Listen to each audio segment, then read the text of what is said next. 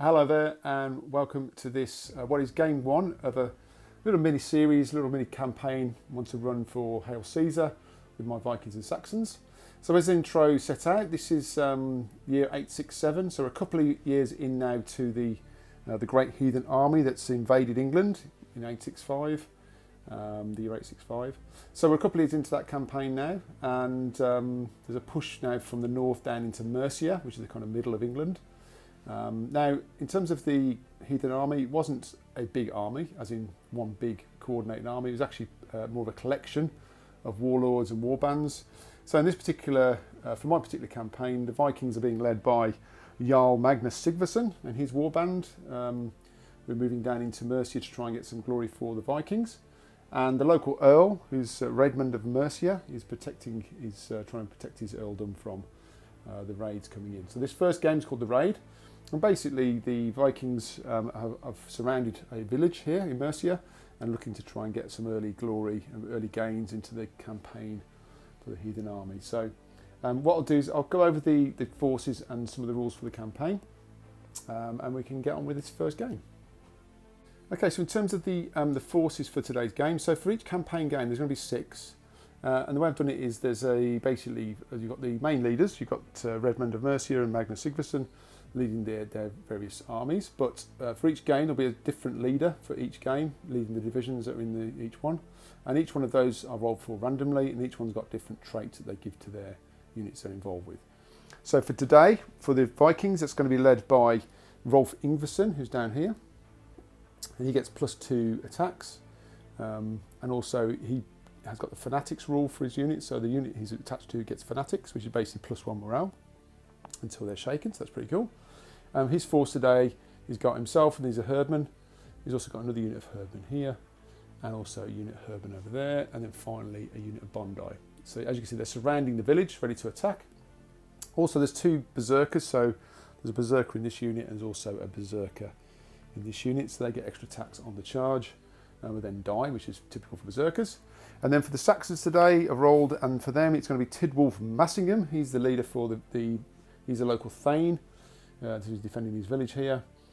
He's got, again, +2 combat. We're also wild fighters, so he's giving that unit there of Thanes wild fighters, which is really good, so you get to re-roll missed combat attacks in the first round of combat. And he's got, with him as well, he's got 3 units of curls, one there, and one there, and then a light, I think it's called Gebur or Gebur, light infantry at this side here. So 5 units there against the Vikings 4, but the Vikings have got more herdmen, which are the kind of heavier infantry, plus the berserkers, so it's fairly even. So I'll go over now to look at what are the scenario rules and victory points.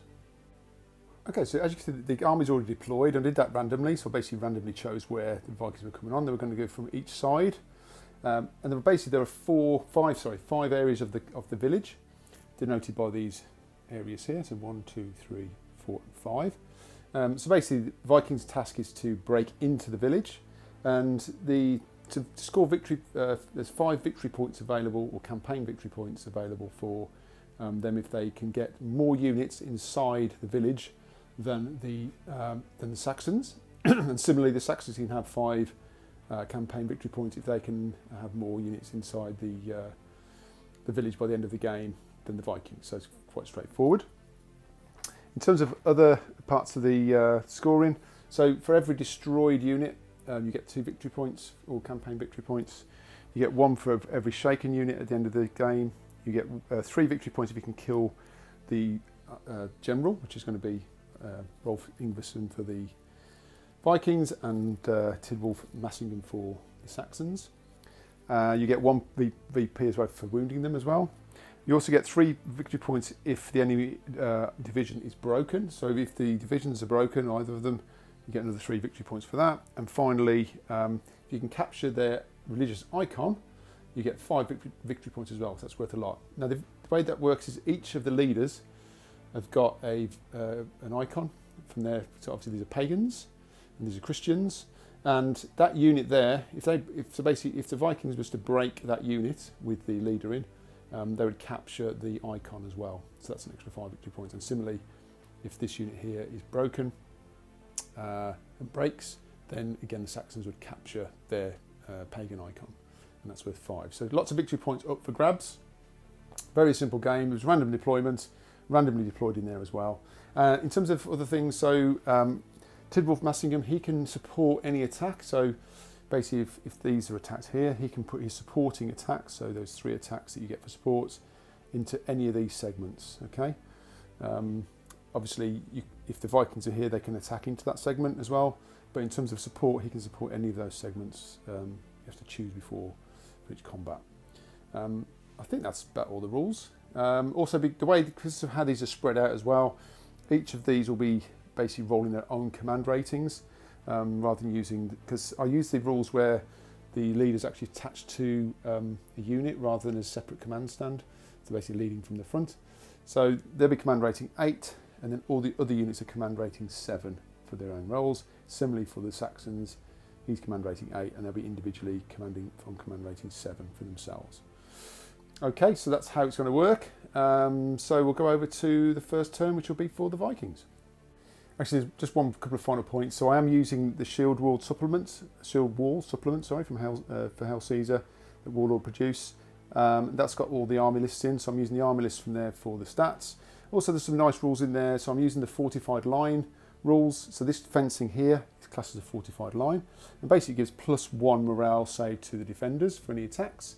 That only lasts until, so if they lose a round of combat, they do lose that. You have to imagine that if the Vikings are here, they've broken down the fencing.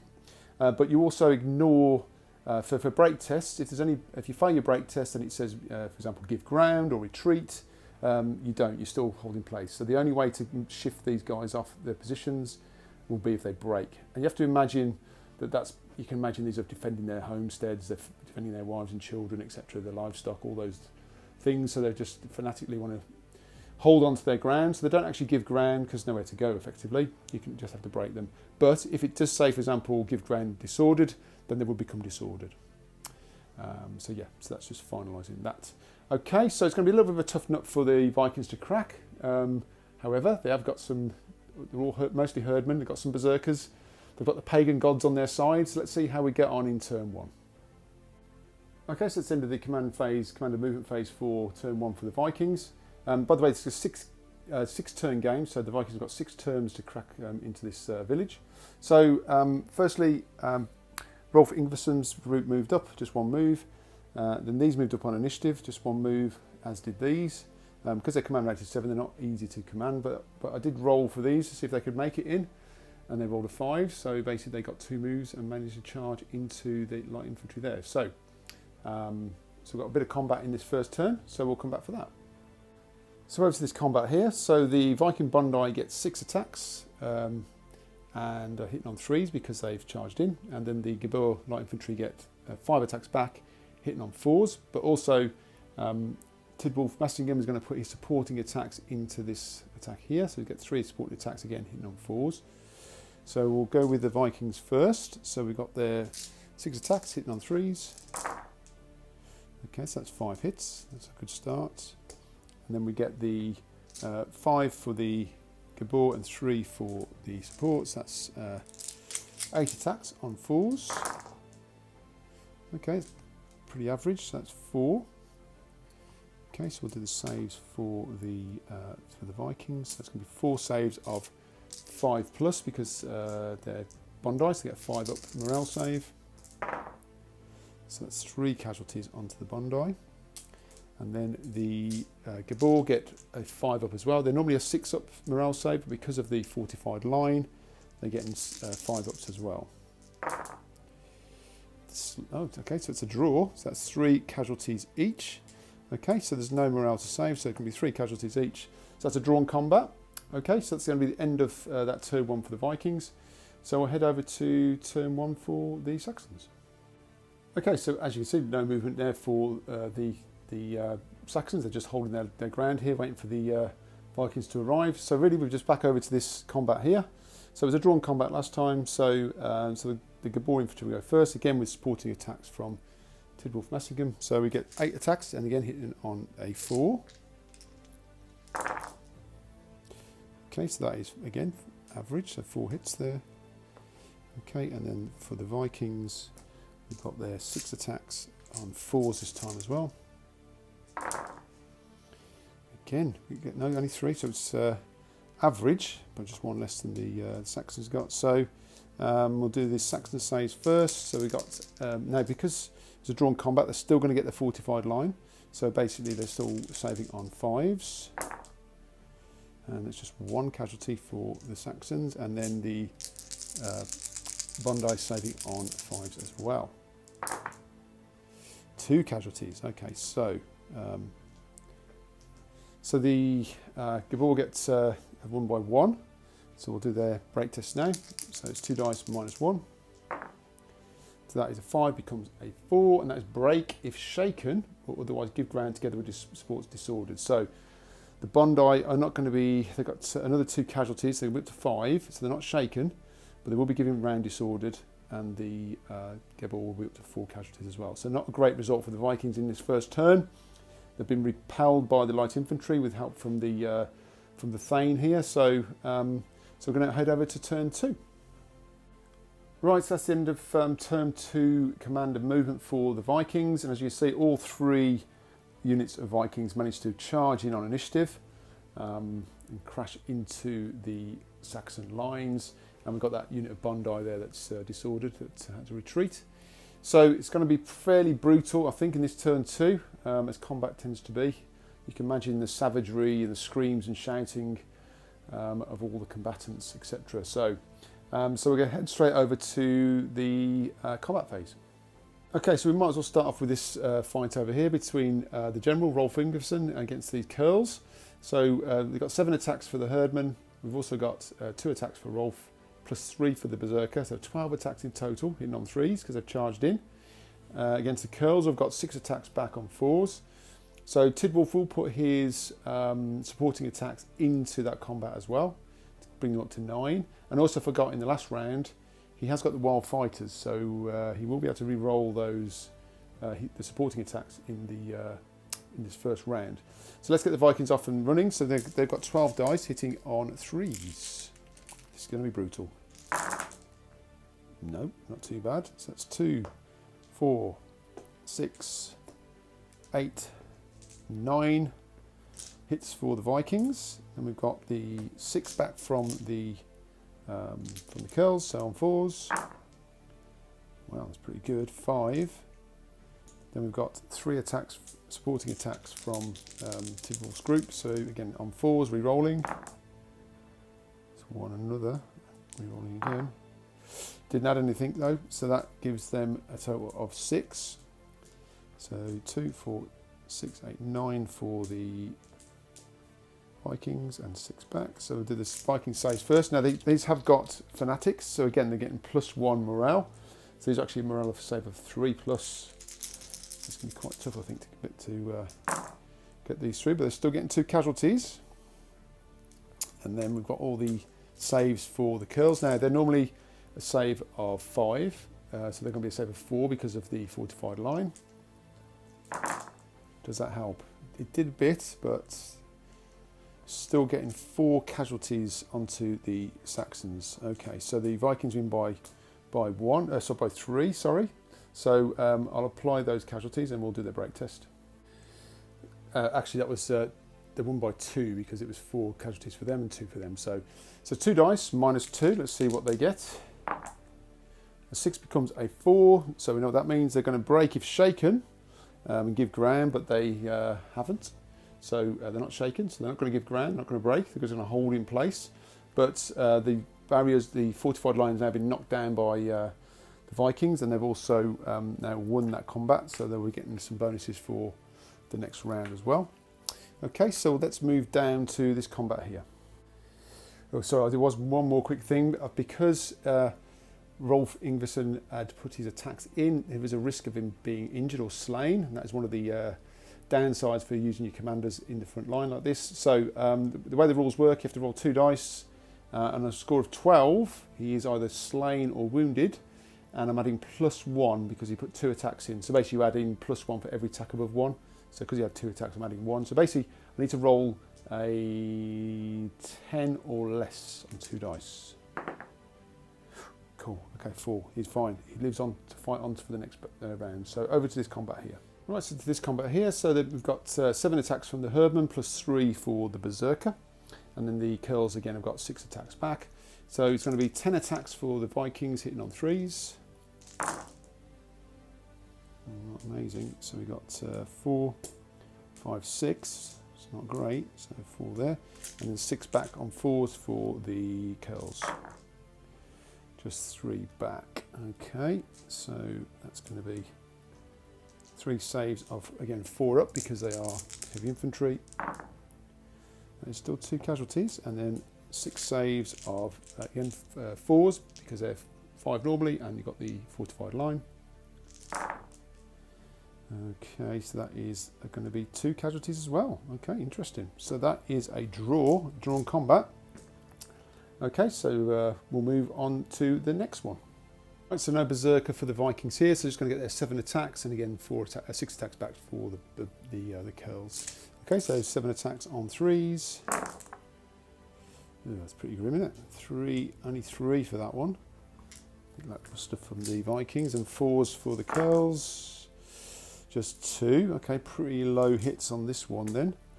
Okay, so we've got 2 saves of 4 up for the Vikings. We have to make both, and 4s up for the Curls. 2 casualties. Okay, so the Vikings win by 2. So let me do the rate test. Okay, so 2 dice minus 2. So 6 becomes a 4. So again, it's going to be break if shaken, otherwise give ground. So again, they're just going to be holding where they are. But again, the barrier's been knocked down here. The fencing's been hacked to pieces by the Viking axes.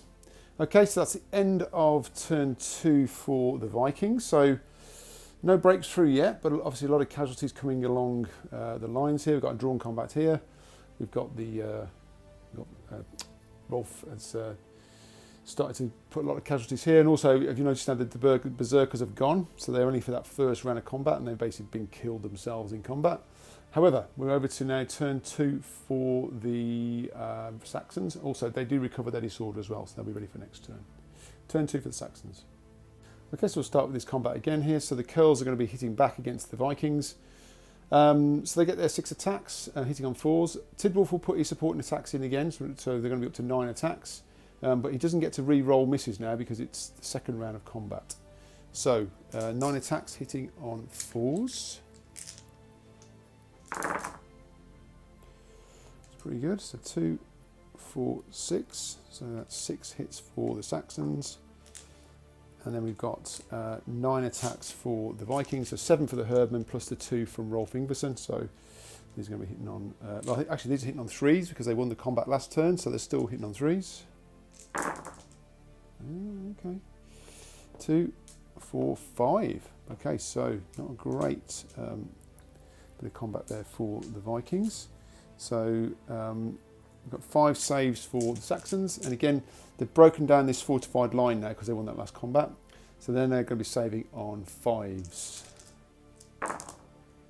and that has made a big. Well, it wouldn't have made much difference anyway, but they're up to 5 casualties. This could be bad news for this unit, but the Vikings have got to save as well. So they've got to save on 3s still because they are.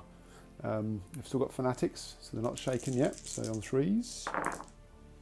Oh, that's a terrible roll for the Vikings as well. So 4 casualties on that. Not great. Clearly going far too enthusiastic on this particular battle. Okay, so the Vikings actually only win by 1.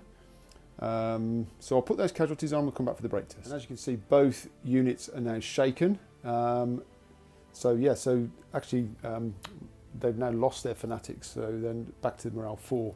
Interesting. Okay, so these lost by 1. So it'll be 2 dice. And minus 1. So 8 becomes 7, so they're just going to give ground in good order again, so they're just going to hold where they are. And then we just need to roll for Rolf Ingvarsson, see if he's got injured again. So again, adding 1 to his dice roll, so I'm trying to roll a 10 or less. Ooh, 9, okay, that's a 10, so he's fine, so he's still not injured in that attack, but both units are now shaken. Okay, so we'll come down for this combat. Right, so again, this was a drawn combat, so they're still getting the benefit of the fortified line, and it's basically all on 4s now. So we've got 7 attacks hitting on 4s. just the 3. And then we've got 6 attacks back, also hitting on 4s. 3 each. These are saving on 4s. 1 casualty. And these are also saving on 4s. No casualties. So the Saxons actually win that combat by 1. So we're going to do the casualties and come back for the break test. Right, break test for the Vikings are 2 dice, -1. So a 7 becomes a 6, so they will be giving ground in good order together with their supports. So they'll be coming off the line. Okay, so we'll move over to this final combat over here. Okay, so these were actually disordered in their last round because although they were giving ground, it was also disordered. So although they don't move, they are going to be disordered for this combat, so that's a slight disadvantage. And also this, the line has been broken now, so again they're not getting their morale bonus. Okay, so once again we've got the Vikings who won that round, so they're going to be hitting on 3s, 7 attacks. Okay, that's 4. And 6 attacks hitting on 5s because they are disordered. Okay, 2, not bad. Okay, so we've got the Saxons are going to be saving on 5s. That is 2 casualties. And the Vikings on 4s. 1 casualty. So again, they've won that round of combat, so we'll come back for the break test. Okay, so it's going to be 2 dice -1 for the break test. 8, they're fine, they're going to stay where they are. But they don't recover from their disorder, so they're going to stay disordered in the for the next round. Right, so that's the end of turn 2. So we're going to head over to turn 3 now for the Vikings. Okay, so again, this Herdman group just basically charged back in on initiative. So they've charged in. And also that Bondi unit that recovered its disorder in the last round has charged in again against the Gebor Light Infantry. So we've got 4 combats to do. So let's see how that goes and also see how Tidwolf might influence the game as well. Okay, so back over to Viking Turn 3 combat. Okay, so the Vikings decided to start over this side. And Tidwolf is going to put his supporting attacks into this combat. So just considering it, these are on 5 wounds already, 5 casualties, so 1 more and they're going to be shaken. So, and these are looking a bit shaky themselves. So, and also because it'll be a new round of combat, he'll be able to do his reroll. So we're going to start over here. So the Vikings get 6 attacks hitting on 3s because they charged. All hits. Fantastic. Well done. And we're getting 5 hits back from the Gebor Light Infantry on 4s. Just the 2. And then we get 3 supporting attacks from Tidwolf himself, hitting again on 4s, re-rolling for Wild Fighters. With the 2, so that brings it up to 4, so that was worth doing. So, so the Vikings will be saving on 5s again because they're Bondi. So that is 2 casualties, and then again these are saving on 5s because of the fortified line. Okay, and they get 3 casualties. So the Vikings have won that combat. So I'll put those casualties on and come back and do the break test. Right, so once again they're both shaken, and the Vikings won by 1. So it's going to be 2 dice for the Saxons -1. 8 becomes a 7. So again they're going to be. It says give ground, but again they're going to be holding the line there. But they are shaken now, so this starts to put both these units in a little bit of a precarious state, particularly for the Gebor. If they get another result of break, they could be gone. So, okay, so we'll head over to the next combat. Right, so now back to this combat here with Rolf Ingvarsson. So again, it's going to be 9 attacks for the Vikings, with his 2 attacks added, but also they are shaken, but they also won the combat. So it'll be a +1, -1. So they're going to be hitting on 4s. So we'll do that first. Oops. Okay, that's 5. Yeah, 5 hits, and then the Saxons get 6 back, but they are shaken, so they're going to be hitting on 5s, and obviously Tidwolf's used his supporting attacks over here now, so it's just going to be on 5s. Okay, not bad though, 3 back. Okay, so we'll do the Viking saves of 4. Because remember they've lost their fanatics rule now. Oops, in the tray. That's all saved, that's good news. And then for the Saxons, these are going to be on 5s. So that is 2 casualties for the Saxons. Okay, so I'll apply those and we'll do the break test. Having just quickly read the rules again, actually you have to do to see if Rolf's been slain or wounded before you do your results, because even if he's not slain or wounded, if he's just wounded, you still add 1 to the combat results. So it won't make a difference to them winning or losing because they won by 2.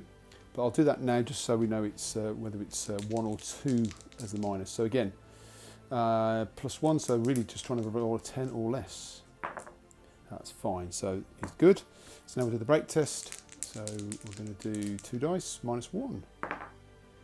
So, okay, so that becomes a 3, which I think is bad news. I've left my rule book over this side. So a 3 is break if shaken. Damn it. Okay, so the Saxons have lost their first unit because they are indeed shaken. So that's the first unit down. So I'll tidy this up and we'll just come back. Okay, so difficult decision here, just mulling over what to do, but in the end, Sigvason is basically, Ingvason, sorry, has just moved into the village, so he's occupying one of the areas, which is what they're trying to do. Just conscious of a potential charge in the next round by Tidwolf here and his group back into the Vikings, because they are shaken. I was considering staying outside and then trying to rally off a casualty before coming in, but then potentially you're opening up to these coming to this area and getting the fortified line support as well. So a difficult one, so just thought, and also I haven't resolved these 2 combats yet, so we'll have to see how those go. So he just decided he's made the difference. Let's get into the village and start hacking away at some of the villagers basically. So okay, so that's the end of that one. So we'll move down to this combat next.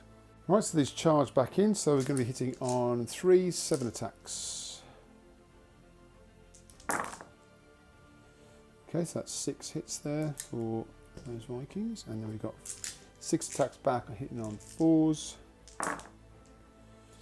That's 3 hits back. Okay, so that is 3 saves of 4 for the Herdman. 2 casualties, and then 6 saves of. But they're getting their fortified line again now. So again, they'll be saving on 4s. Oof. Okay, that's still 4 casualties for that unit there. Okay, so we apply those casualties and come back. So there you go. So that unit is now shaken. These are almost shaken. So they won the combat by 2. So it's going to be 2 dice -2. So 7 becomes a 5. So again, they're giving ground disordered this time. So they will be disordered, but obviously they're going to stay where they are. Okay, so then we'll move around for the final combat. So again, these won the last combat, so they're going to be hitting on 3s. So that is a 4 hits, and then got 6 attacks back on 4s. Oh, 4 back. Interesting. 4 apiece. Okay, so 4 saves of 4 for the Vikings. So that is 1 casualty. And then again, they've lost their fortified line because it's smashed down, so they'll be saving on 5s. Nothing, 4 casualties. Okay, that's pretty immense. Okay, so again, I'll apply those casualties and come back. Okay, so here we go. These have got to be careful now because they are shaken. So it's going to be 2 dice -3. I think they're going to be okay. I think that's a 7, so that becomes give ground in good order. So they should be. They're going to be okay. They're going to stay shaken, and they are still disordered. In fact, I forgot that for their hits. They should have been hitting on 5s. Anyway, it's one of those. Okay, so that's fine. So that is the end of the 3rd turn for the Vikings, and making some progress now. So we've got Rolf Ingvarsson's in the village himself. Got a shaken and disordered set of curls down here and here for the Saxons, and these are also shaken as well. So to be honest with you, almost all of the Saxon army is shaken now. So Vikings kind of got the upper hand here in turn 3. So let's see how the Saxons fight back in their turn 3. Okay, so as you can imagine, there's not much movement for the Saxons at this stage, but basically Tidwolf Massingham has decided to charge into the Viking commander himself. So it's going to be a general battle going on here. So so they've now charged into the Vikings there. Okay, and then we've got all the other combats going on. Okay, so we'll come back for the combat. We might as well start down with the big one. Right, so I've got a feeling this could be crucial for the game here. So, so both sides have got 9 attacks, including the commanders, because the Thanes get 7 attacks, and plus the 2 for the Tidwolf. And also they are wild fighters, remember, so they are going to get to re-roll any misses in this first round of combat. So we've got 9 dice hitting on 3s. That's not bad, because they can get to re-roll these. Only added 1 more. Okay, but still a decent roll. So that is 2, 4, 6, and 7. So 7 hits from the for Saxons. And the Vikings are attacking back, but unfortunately, because they're shaken, they are going to be hitting on 5s. So yeah, let's see how we get on with this. No re-rolls, remember. Yeah, not good. Only 2. This could be bad news for Rolf Ingvarsson. So, 2, 4, 6, 7. So it's going to be 2 saves for the Saxons. They don't get any bonuses for being in the compound, so it's just going to be saving on 4s because they are heavy infantry. Okay, that is 2 casualties. And then we've got 7 saves of 4 for the Vikings here. This is crucial. So that is 4 casualties.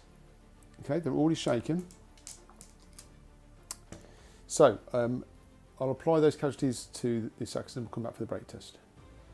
Hold up, I keep forgetting, I've got to add in the commanders, haven't I? So we need to do Tidwall first. So again, he added 2 attacks. So again, I'm rolling 2 dice and trying to score a 10 or less.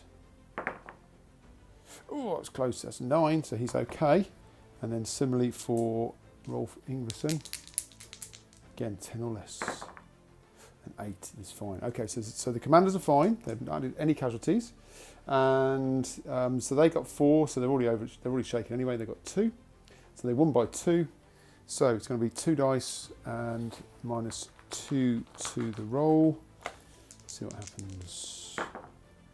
A 9 becomes a 7, so I think that's, yeah, so give ground in good order with support. So, okay, they're going to be actually coming out of the village. So I'll do that and we'll come back. Okay, so there's the result of that combat. So the Viking general's been kicked out of the village. Tidwolf decided to stay in the centre because he can still, he can't in this round because he's fought, but he wants to maintain as much support for his troops as possible. So he's going to stay where he is. So we'll come down for this combat next. So we've got 7 attacks for the Vikings, and again they won the combat, so they're going to be hitting on 3s.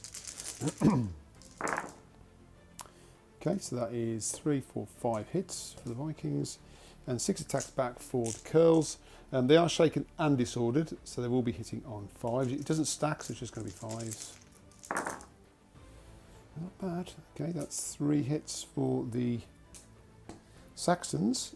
So we've got 5 saves for the Saxons. Now again, the shield, the fortified line's gone, so they're going to be saving on 5s. Just 1, so that is 4 casualties. And then we've got 3 for the Vikings on 4s.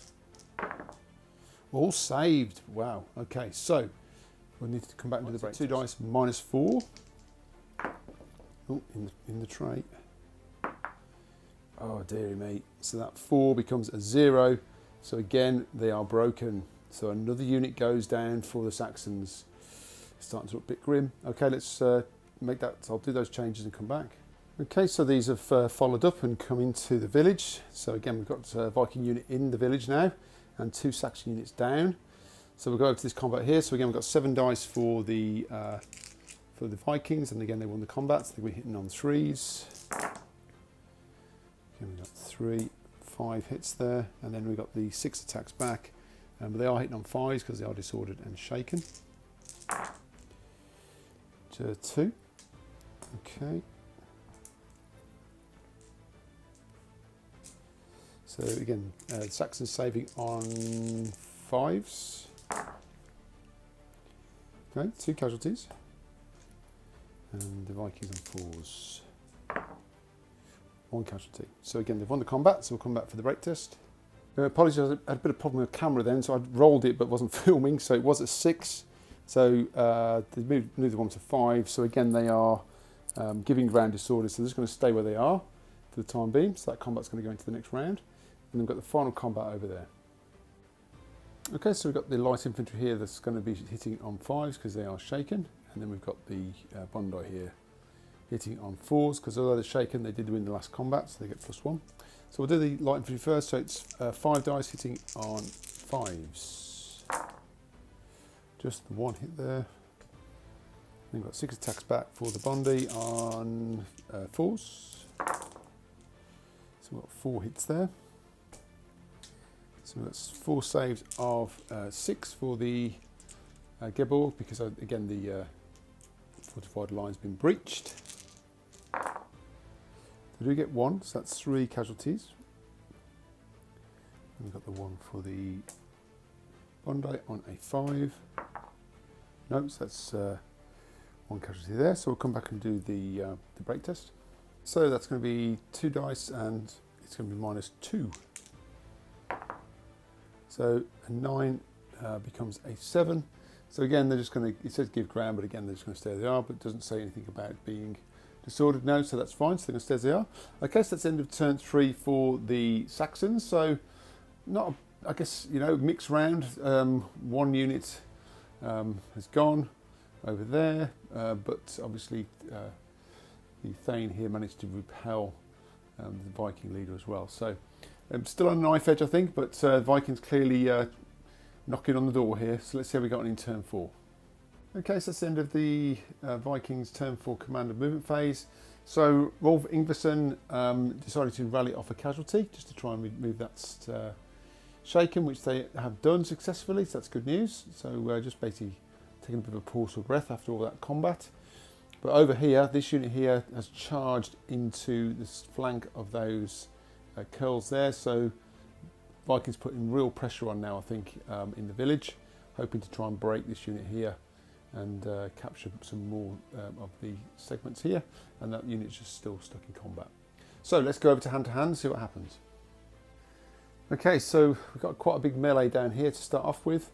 So the way this is going to work, basically we've got 7 attacks there, 7 attacks there from the Vikings, that's 14. They're all hitting on 3s because these charged and these won the combat last round.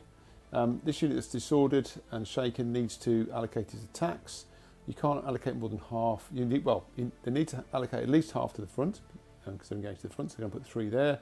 And you can't put more than half towards your one of the flanks. So looking at this unit here, it's got 5 casualties, so close to being broken, shaken. So they're going to put 3 attacks onto this unit here, and 3 attacks in the front, and then Tidwolf Massingham is going to put his supporting attacks into this unit as well. Okay, so a lot going on here. So let's do the Vikings first. So that's going to be a whopping 14 attacks hitting on 3s. Oh, that is a rubbish roll indeed for the Vikings. So that was a score, wasn't it? So that's going to be 2 for only 6 hits from all those dice. Okay, not a great roll. Clearly tired from all the fighting. Then we've got the 3 hits, 3 attacks against this front unit first. Now they are going to be hitting on 6s because they are being attacked to their flank. So we'll do these first. So 6s. Wow. Okay, so 2 hits onto that unit there. Okay, interesting. And then we've got 6s onto these as well. None. So that's the one they wanted, really. Okay. And then we've got the 3 supporting attacks from Tidwolf, hitting on 4s, and they're re-rolling, because again, this will be a first round of combat. To re-roll theirs as well. 2. Okay, so we've got 2 hits onto them. So let's do these. We'll do the Saxons first. There's 6 wounds onto the 6 hits onto the Saxons. So these will be saving on 5s. They're curls. Not bad. Okay, so that's 3 wounds onto that unit there. Then these will be saving on 4s. So that is 1 casualty there, and then these will be saving on 4s as well. Oh, they saved both. They needed that. Okay. So in terms of the combat result itself, I'll just come and have a look at what that looks like in terms of casualties and for the break test. Right, so I've worked all that through. So the 1 casualty's gone here, up to 4. The excess casualties here, which were 3, went onto the supports, which was Tidwolf's unit there, so up to 5 now. So supporting isn't always the best option, but there you go. So there, that's how that's worked out. So it was 3 casualties to 1, so it's 2 difference. So 2 dice minus 2. So a 6 becomes a 4. 4 is break if shaken. They are shaken, so they're breaking. That is the end of that unit as well. Okay, let me just tidy that up and I'll come back. Right, so there you have it. So we've now got 2 units of Vikings in the village, taking up those 2 segments there. And we've just got the 2 units of Saxons left now. So it's looking good for the Vikings at this stage. We've just got that one more combat to go over here. So let's see what happens there. We'll come back for that. Okay, so again, it's with 6 attacks for the Bondi, hitting on 4s, because although they're shaken, they did win the last combat. It's not a great roll, just 2 hits there. And then again, the 5 back on 5s, because they are shaken. That's okay, 2 hits as well, so even Stevens. So 2 saves of 5. Just the 1, so 1 casualty, and then 2 saves of 6 required. No, so 2 casualties. So 2 casualties there, so they're going to go onto that unit there. So let me just work all that through and come back. Right, I made a mistake there because they weren't supporting, were they? So those excess casualties don't go over to Tidwolf's unit. So it's just the 2 casualties and the 1. So they've lost by 1, so 2 dice minus 1. In the tray. 6 minus 1 is 5, so that is give ground disorder together with support. So they're going to stay where they are, but they will become disordered. Okay, so it's the end of turn 4 for the Vikings. It's it's looking good. I mean, they've got a unit here that can just move in, hopefully, at some point. Tidwolf's unit is almost shaken as well. This unit's shaken, now disordered. Got 2 Viking units in the village, so it's looking good for the Vikings. Let's see if the Saxons can do anything in their turn 4. Okay, so again, another quick command phase for the Saxons, with just the 2 units left. So Tidwolf has gone for a bit of a Hail Mary charge into this unit here that's got 5 casualties, hoping to at least try and get them to shake, become shaken, and then maybe they can break, etc. So we'll see. And obviously that combat's over there. So we'll come back for some for those hand-to-hand combats. So we might as well start with Tidwolf. So he's got 9 attacks. So he's got his 7 for his Thanes, and plus he's going to add his 2 into there. And again, these are going to be hitting on 3s, and they get to re-roll because again it's the first round of combat. So that is 1, 2, 3, 4, 5, 6. That's a good start. And then we've got these re-rolls here as well. Another one there. So that is 7 hits. And 7 attacks hitting on 4s for this Herban unit here. Okay, decent. 4 hits. Okay. So let's go for the Saxons first. So these are going to be saving on 4s because they have the infantry again. Oh dear, 3 casualties. That's not a good start. And then we've got, again, save the 4 here. And 3 casualties. So it's a draw. And let's see if Tidwolf was injured in that attack. So again, 2 dice, looking for at least, they're fine. 9 plus 1 is 10, so he's fine. Okay, so it's a drawn combat, but they're both going to be shaken. So I think they're both going to be taking a break test here, so I'll come back for that. Right, so here's the break test then. So we've got Tidwolf's first, so 2 dice, no minuses. An 8, so they're fine, so they're just going to be staying where they are. And then we'll do the Vikings. That's a 7, so that is give ground in good order to get the support. So they will be giving ground. So again, they'll be coming out of the village. So actually, the Tidwolf Hail Mary did actually work. So I'll just move them out and then we'll come back for that final combat. So we'll start with the Geber Light Infantry. So again, 5 attacks. They're going to be hitting on 5s because they're shaken and they're also disordered. It doesn't stack, but it's going to be 5s. So that is 1 hit. And then we've got 6 for the Bondi, hitting on 4s. 3 hits. Okay.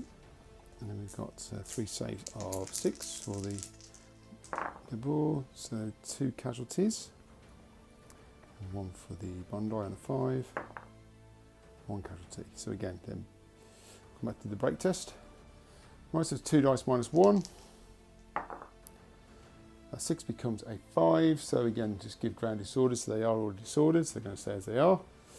So that's the end of turn 4 for the Saxons. I mean, they're hanging in there, to be fair. I mean, they are now a broken division, technically, although it doesn't count until their next command phase. But Vikings are just going to be in a good position, I think. We'll just see how we get on now for turn 5. Okay, so that's the end of the command and movement phase on turn 5 for the Vikings. As you can see, the coup de grace is coming in now, I think. Rolf Ingvarsson's unit moved in. Crucially didn't charge, just moved one move into the village. And also this unit did the same. Obviously couldn't charge only because it's shaken, but I'm just occupying the ground. And then this unit here with the 4 casualties charged into the flank of those Gabur infantry. So I think we're almost there now for the Vikings. They've got more units now in the village. So let's see what they can do in the hand-to-hand phase. Right, so let's work this through. So we've got 7 attacks coming on this flank here from this Herber unit hitting on 3s. We've got another 6 attacks here from the Bondi hitting on 4s. These are going to allocate all their attacks into this unit here. So they've got 5 attacks hitting on 6s because they've been attacked to the flank and they're disordered and shaken. And then Tidwolf is also going to lend his support, but he's going to be hitting on 5s. Now, I think I'm doing this right. It says first round of combat. Now, I think because he's flitting between combats, these are always first rounds of combat, effectively. So I'm going to say, because this is an ongoing combat, he's not getting the re-roll for wild fighters. I'm not sure how I've been doing it through the game, but I'll do that for now.